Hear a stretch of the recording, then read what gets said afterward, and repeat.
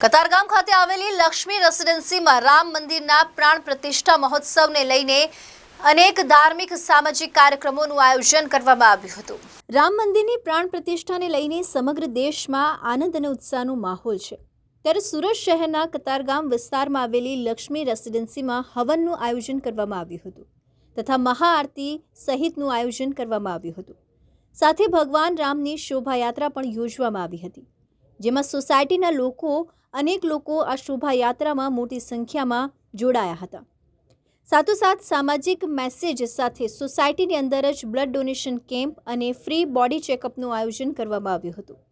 સોસાયટીના લોકો દ્વારા જણાવવામાં આવ્યું હતું કે રામ મંદિરના પ્રાણ પ્રતિષ્ઠાના મહોત્સવને લઈ અનેક જગ્યાએ શોભાયાત્રા, મહાઆરતી, પૂજા હવનના આયોજન થઈ રહ્યા છે, ત્યારે અમારી સોસાયટી દ્વારા સામાજિક સેવાના ભાગરૂપે બ્લડ ડોનેશન કેમ્પ અને ફ્રી બોડી ચેકઅપનું આયોજન કરવામાં આવ્યું હતું।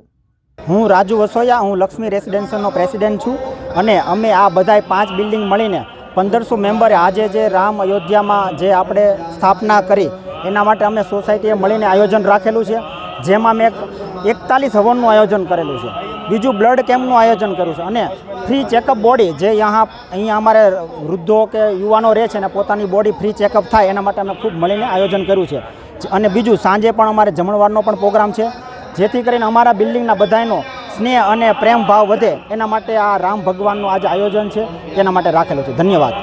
આજ મારું નામ મનુભાઈ છે અને લક્ષ્મી રેસિડેન્સીનો હું રહીશ છું અને અમે લક્ષ્મી રેસિડેન્સીમાં અમે બધાએ બે દિવસ પહેલાં અગાઉ એવી સરસાનું આયોજન કર્યું કે ભાઈ ભગવાન રામની જે પ્રાણ પ્રતિષ્ઠા છે તો એ તારીખે આપણે કંઈ લક્ષ્મીમાં કંઈક આપણે આપણી રીતના અલગથી કંઈ આપણે ભગવાનના જે વિશેષ કાર્યક્રમ હોવાથી આપણે બ્લડ ડોનેશન અમે લક્ષ્મી રેસિડેન્સી પણ કર્યો છે, યજ્ઞ હવન એક કર્યો છે અને આરતીનું પણ એક આયોજન કર્યું છે અને શોભા આરતી પણ અમે આયોજન કર્યું છે।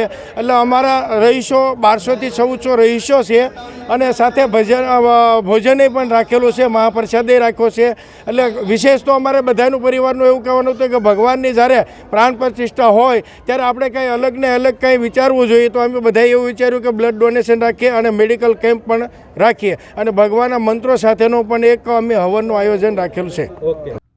Arvind Rathod, ABC news Gujarat, Surat.